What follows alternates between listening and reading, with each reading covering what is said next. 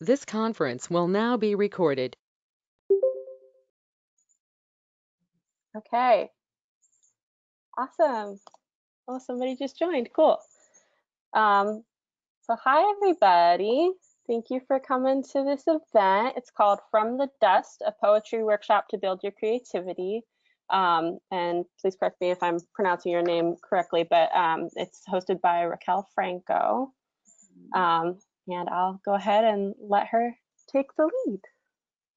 Hi, welcome. Today I'm going to be hosting a workshop and the topic's going to be based around self-empowerment. I'm hoping today that you'll learn different poetry styles and expand your creativity.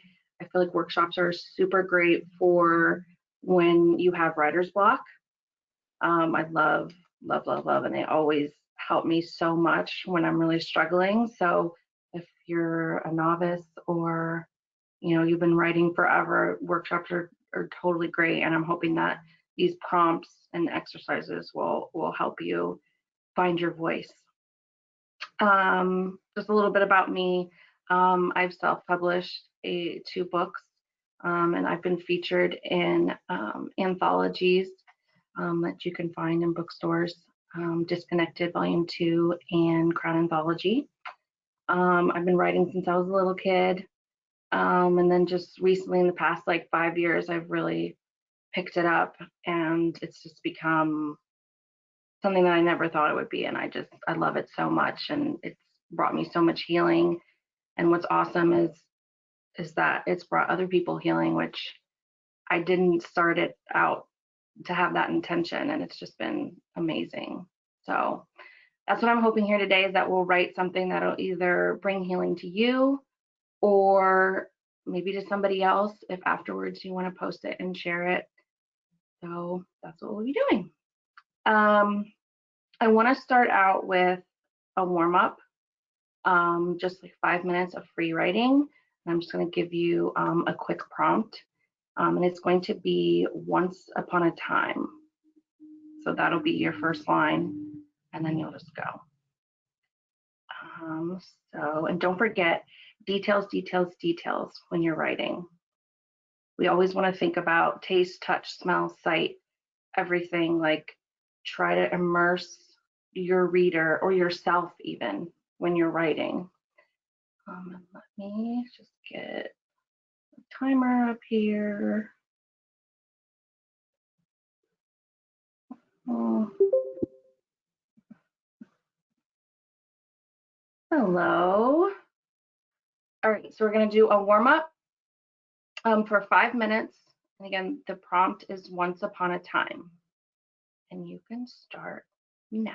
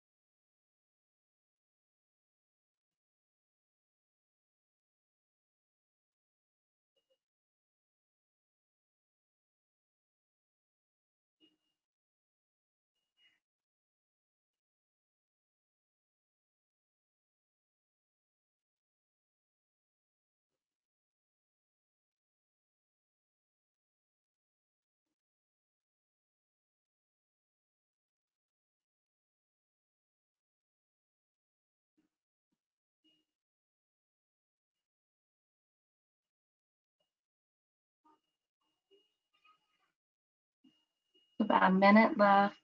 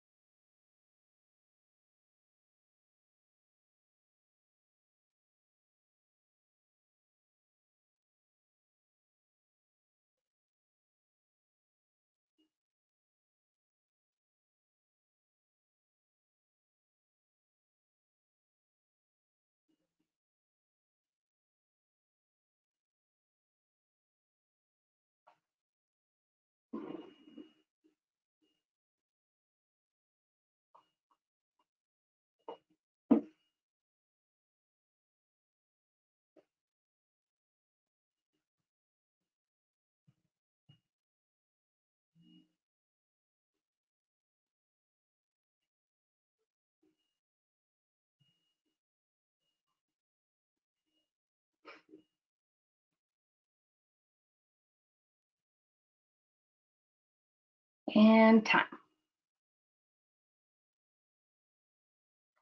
Hope I got your creative juices flowing. You can just kind of like throw that one out unless you completely loved it and you totally want to edit it later. I just kind of wanted to like, get the jitters out. Sometimes when I like set aside a time for myself to write, whenever I like plan it, I feel like I just sit down and I don't, like, your mind goes blank. So sometimes I'll just like find a title or a word or look at something and I'm like, okay, I'm just gonna write about this. And then that just like gets everything like coming out of you. And then usually I travel somewhere. So we're exercise 1. We're gonna write a letter. And we are going to write a letter to someone who's made you feel less than. So I have an example of a letter poem that I want to read. You can kind of see what I mean. This poem is by Rachel Wiley. She is amazing. You guys should totally check her out. And the poem is called Form Letter to My Exes to Prepare Them for an Oncoming Plague of Girls Who Were Just So Sure. Greetings. Enter applicable ex's name here. You are receiving this letter because at one point in time you dated one Rachel C. Wiley. She may or may not have told you she loved you. You may or may not have broken her heart. Regardless, she at one point thought you were the one. And the whole thing probably ended very badly.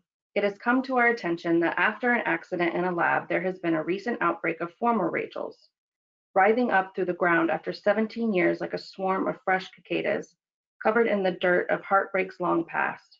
There is a chance that one or more of these Rachels might still think you are the one. There is a chance that she thinks she can fix things between you. There's a chance she is on her way to you right now.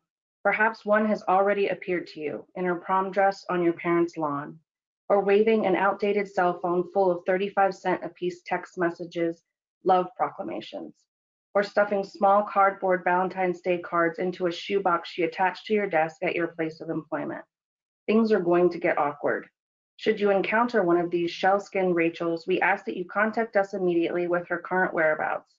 You may approach the Rachel to try to keep her in one place, but try to avoid eye contact as these former Rachels do take this as a sign of affection.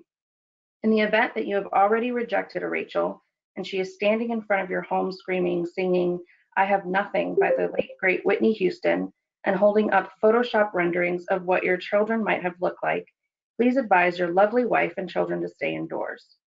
The heartbroken Rachel can be lured into a shed or garage with a jar of Trader Joe's Cocoa Swirl cookie butter. Once inside, you may barricade the door and contact us for removal. If your Rachel is from the early 2000s, she may be soothed into an angsty vegetative state with any Fiona Apple album and a box of wine. Finally, we cannot stress enough that the women before you do not represent the current state of Rachel C. Wiley's heart. The real-time Rachel C. Wiley is in fact long over you. Kindest regards, the International Bureau of Unresolved Feelings. So I love that poem because it's not a letter to her ex from her. And it's like a great, funny way to tell him that she's over him. So I love that. So we are going to write a letter. Again, it's to someone who's made you feel less than. You'll start, dear whoever they are, and then I'm going to kind of guide you through it. So it's going to be 4 paragraphs, and like every few minutes, I'll tell you when you should start the next paragraph, and don't feel rushed. Like sometimes I feel like when someone's prompting me through an exercise, I'm like, oh, but I'm not done. So continue to finish your thought, but just like keep it in the back of your mind what's coming next. And then we are going to do this in about 15 minutes or so. So let me get my timer up here. Okay, so the first paragraph, I want you to describe the scene, where the event took place. What's the season? What's the day, the time? What were you wearing? We just want to set the stage of this place where this person made you feel less, made you feel bad. So we are going to start that right now. Does anyone have any questions before I get? Okay. And we will start now.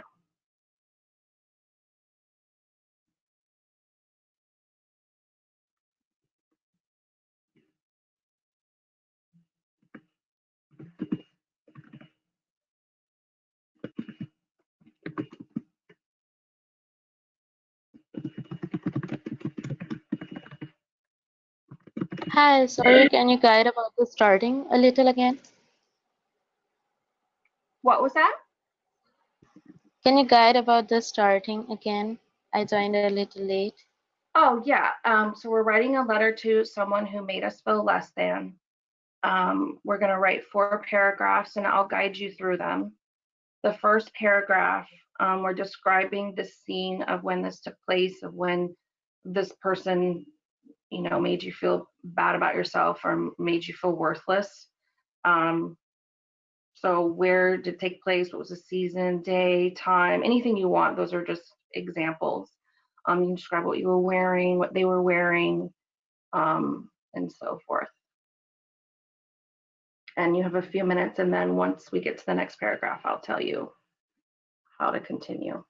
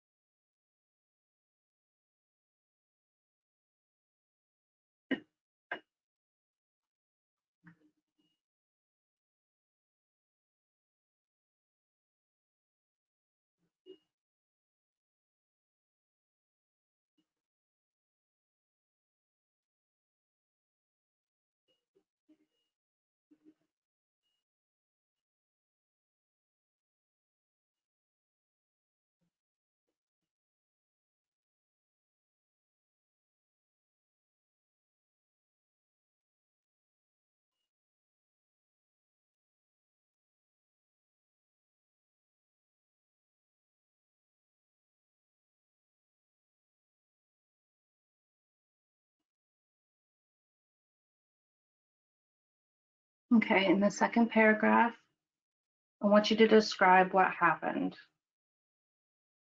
What they said, what you said,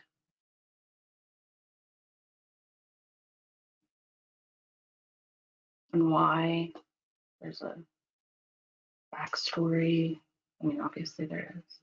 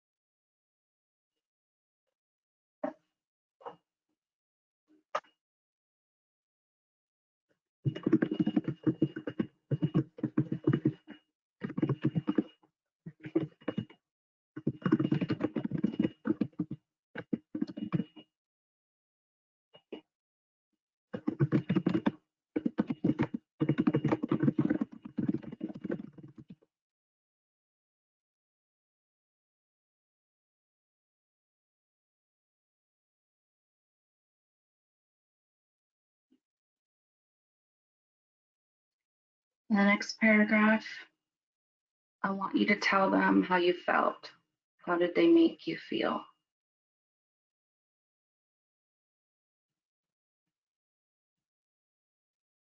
And don't be afraid to write something crazy and use metaphors here about how you felt. Compare it to something.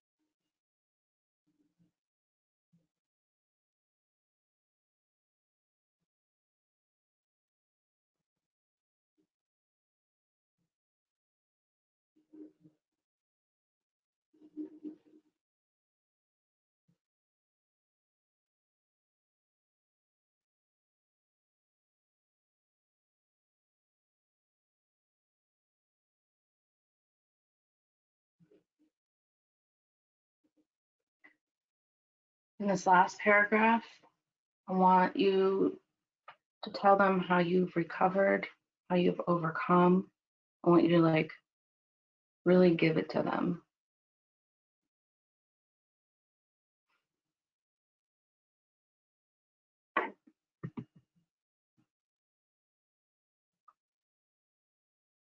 Tell them who you really are and not the thing that they said you were.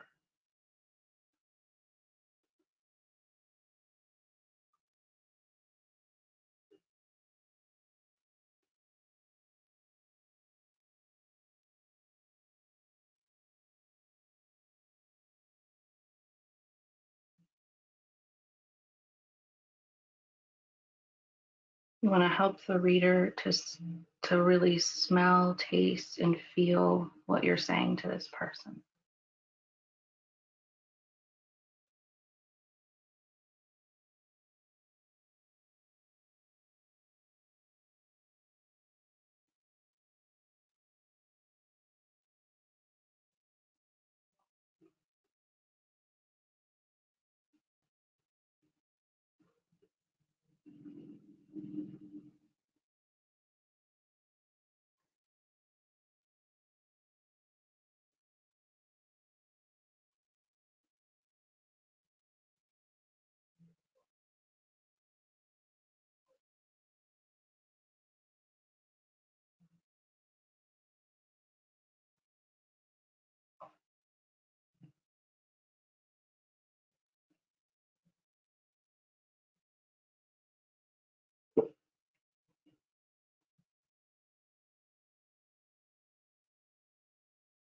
Got about a minute left.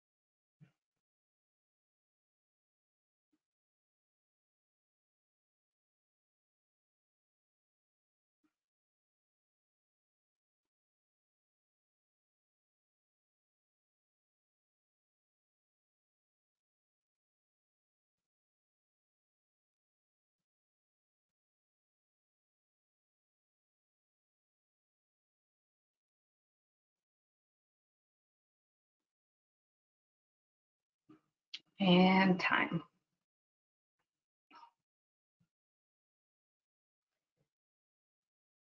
And just at the end of all the exercises, we're going to share, and I hope all of you guys will share. Don't be afraid. These are all unedited. These are all first drafts that we're writing. And this, when you share your poetry, it's an opportunity for us to learn from each other. And I feel like when you read a poem out loud, it gives life to it. Sometimes, it's totally great, but sometimes when we're reading someone's piece, we might, change how we view it. But when it's read out loud, you like see it in a whole new light. So I hope that you guys all share at the end. Okay. We're going to do exercise 2, which is to write a list poem. And a list poem's pretty self-explanatory. You just write a list. You can bullet it, you can number it. Some people still write it in paragraphs, stanzas, however you feel that you want to write it. And I am going to read an example, and we're actually going to write our poem after hers. It's by Sabrina Benaim. I hope I'm saying that right. And the poem is called 7 Small Ways I Loved Myself This Week. So we're going to write the same thing, but I'm going to read the original to you. Just grab it.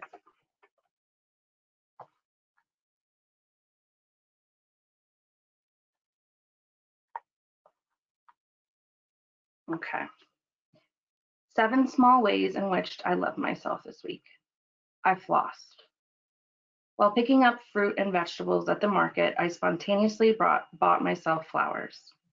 I practiced saying I love you in the mirror, not I love you because or I love you despite, just I love you. It rained. I went for a walk and did not bring an umbrella. And while my wet hair reached for the ground, I kept my chin up and I kept my eyes open. I indulged in a donut for breakfast and did not step on a scale afterward. I held hands with my sadness, sang it songs in the shower, fed it lunch, got it drunk, and put it to bed early. I did not think of him, not even once. I love that poem. All right, so I'm gonna give you 8 or so minutes to write this list, and we will start now.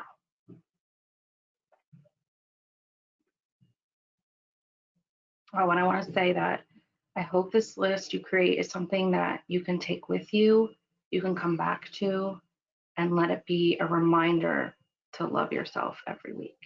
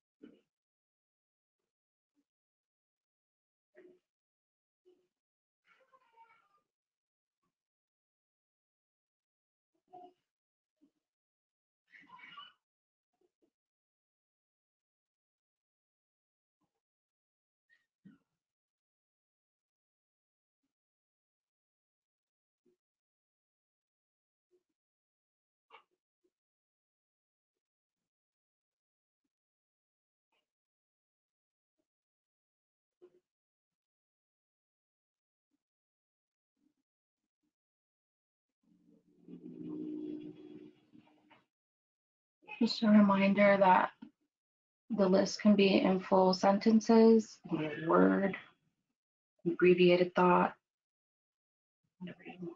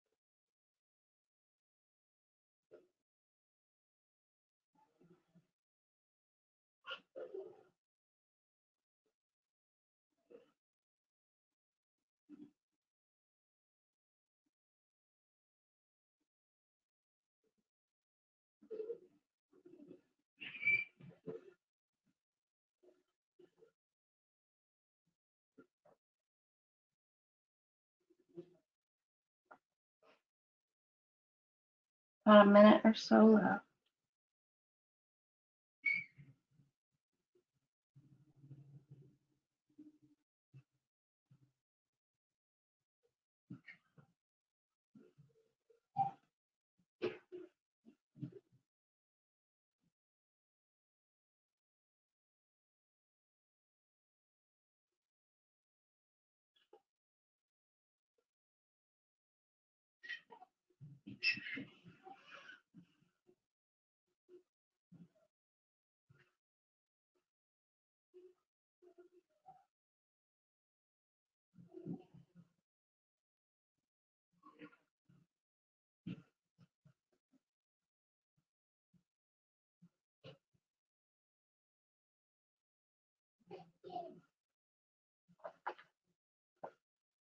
And time. I actually wrote that one with you guys, so I'll share at the end. Okay. So exercise 3, we're going to write an ode. And an ode is a lyrical poem. It's where you celebrate or praise something. And it doesn't have to be a person, it could be an event, a place, a thing, a feeling, it could be anything. Jessica Salgado, who's a poet that I love, she describes odes as a love letter to something, which I love, but don't always necessarily agree, because sometimes I think an ode is bringing something to light also. It's not necessarily about love, which I'm going to read an example of that. It's my favorite ode. It's called Ode to My Bitch Face by Olivia Gatwood. Okay. Ode to my bitch face. You pink armor, lipstick rebel, steel cheek, slit mouth, head to the ground, mean girl. You headphones in, but no music. You house key turn blade. You quick step between streetlights, strainer of pricks and chest beaters. Laughter is a foreign language to your dry eyes tongue. Resting bitch face, they call you. But there is nothing restful about you. No. Lips like a flatline heartbeat, panic at the sight of you. Scream for their mother's throat full of bees, head spun 360 exorcist bitch, just trying to buy a soda. Just trying to do laundry. Just trying to dance at the party. Then someone asks you to smile and the blood begins to riot. Smile and you chisel away at your own jaw. Smile and you unleash the swarm into the mouth of a man who wants to swallow you whole. One theory is that you were born like this, but I don't believe it. You came out screaming and alive, and look at you now. Look at how you've learned to hide your teeth. What's wrong with your face, bitch? Your face, bitch, what's wrong with it? Bitch face, I don't blame you for taking the iron pipe from their hands and branding yourself with it, for making a flag out of your body bag. Another theory is that you put it on every morning, screw it tight like a jar of jelly, but I don't believe that either.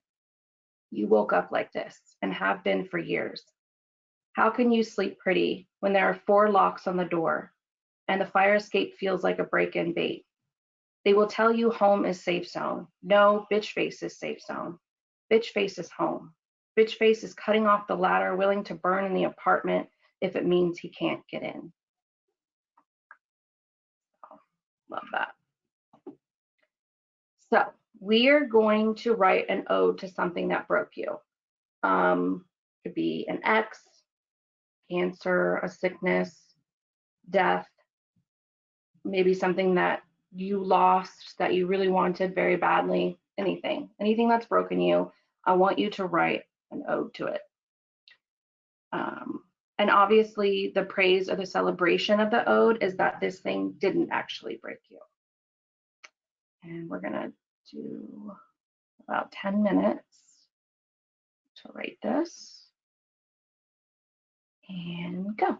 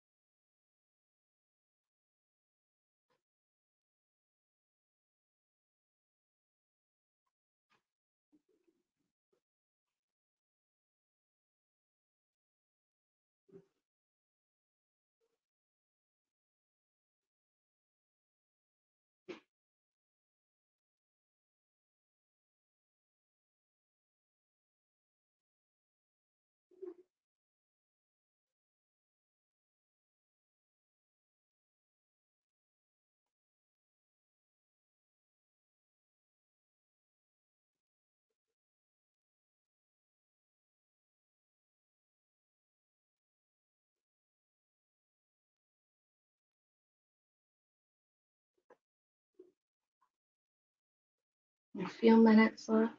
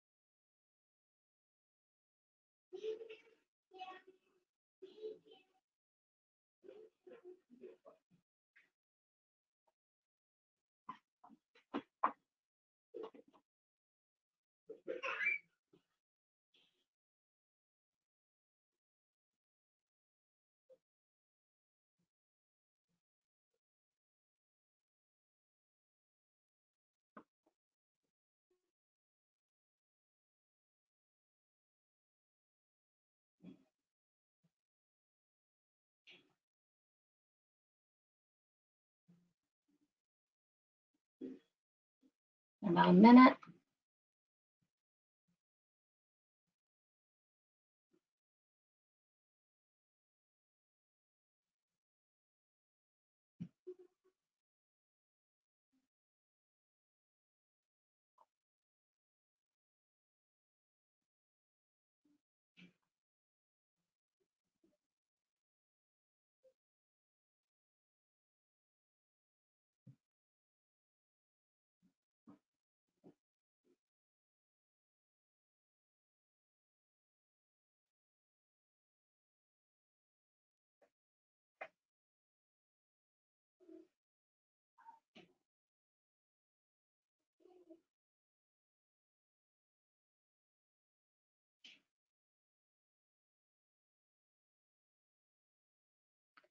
And 10.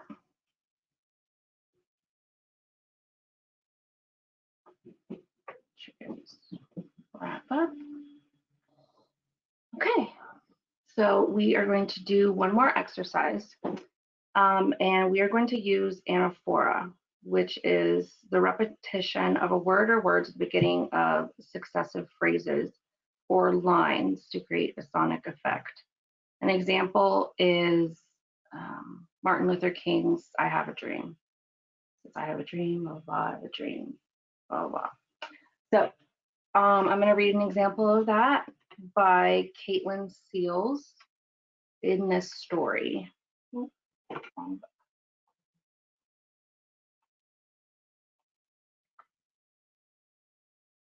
That's my cat. If you can hear him, he wants in.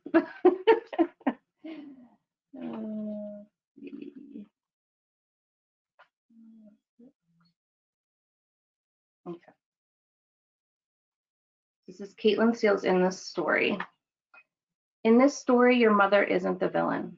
In this story, you find a way to pick the lock, to wake up, to climb out of the tower yourself. In this story, you're angry. In this story, you meet a dragon and it is afraid of you. In this story, you don't need to be saved. In this story, your mother raised you to recognize a prison from a home. In this story, they don't fall in love with you before they know you. In this story, they aren't better than you. In this story, you have claws. In this story, happily ever after has bite marks in it.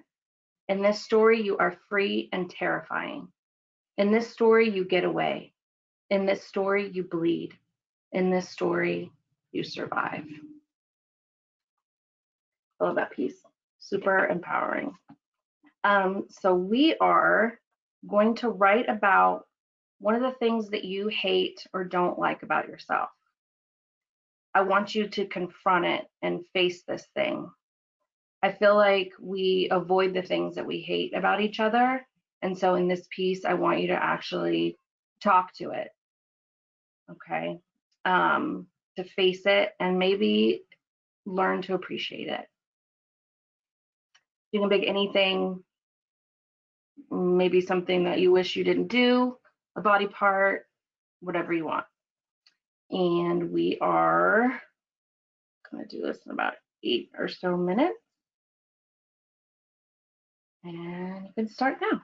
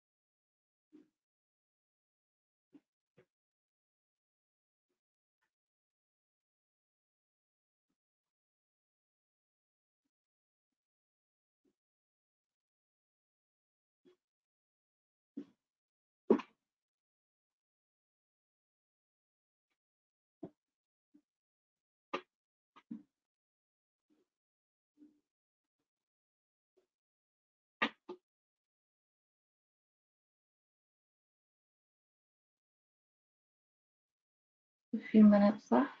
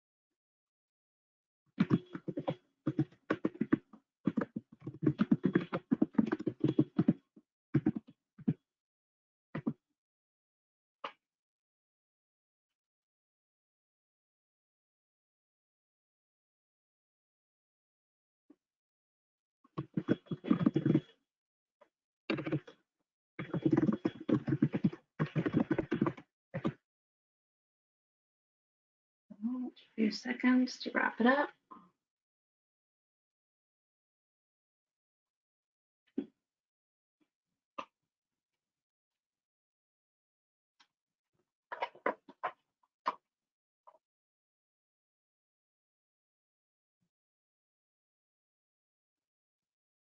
And time.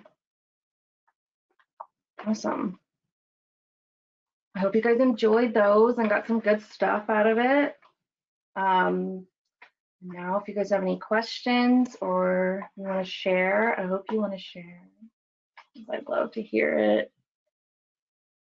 And I can share first if you want.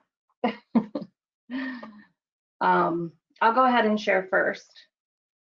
I wrote the 7 small ways I love myself this week.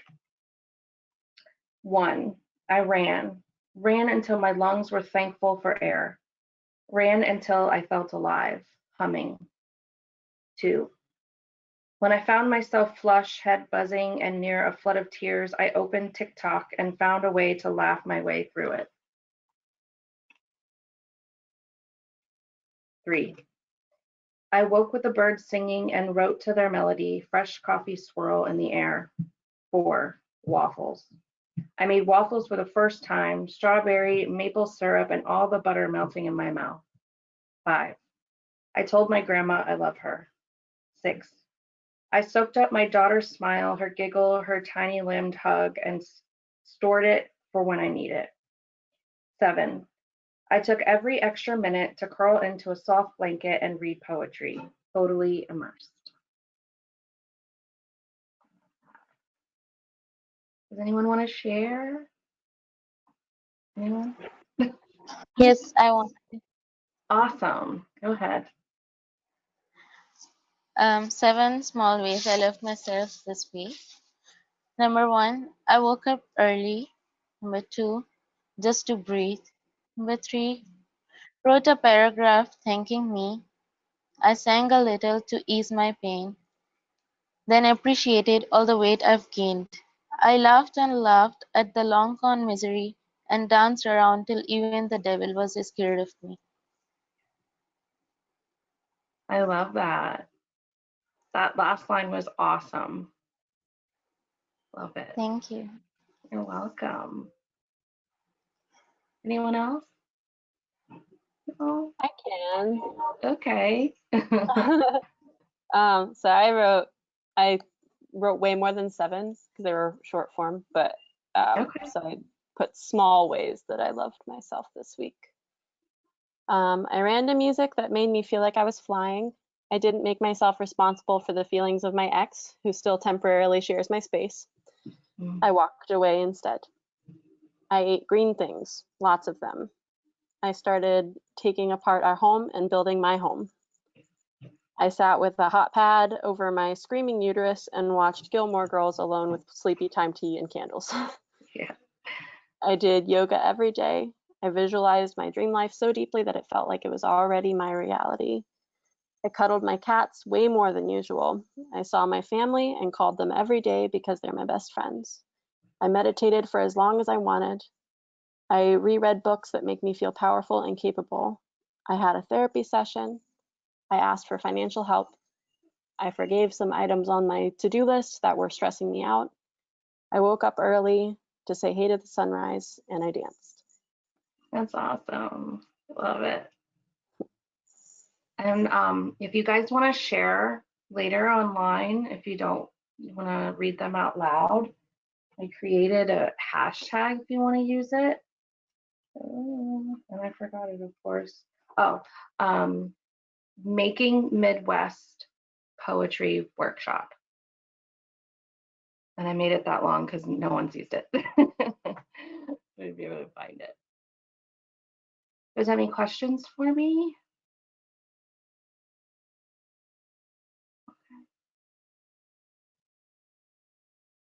Well, that was awesome. I hope you guys enjoyed. I hope you learned. I hope you guys wrote some great stuff. If you have any questions, feel free to reach out to me.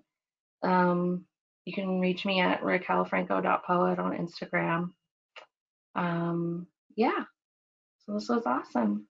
Thank you guys for spending your Saturday morning with me. Yay! Thank you for presenting. You're welcome. Thank you guys. And for anybody that wants to watch this later, you'll get an email with the link to the online workshop. And if you're a season pass holder, you'll get a link to all of the workshops. So you can revisit it and redo the prompts if you want to. But awesome.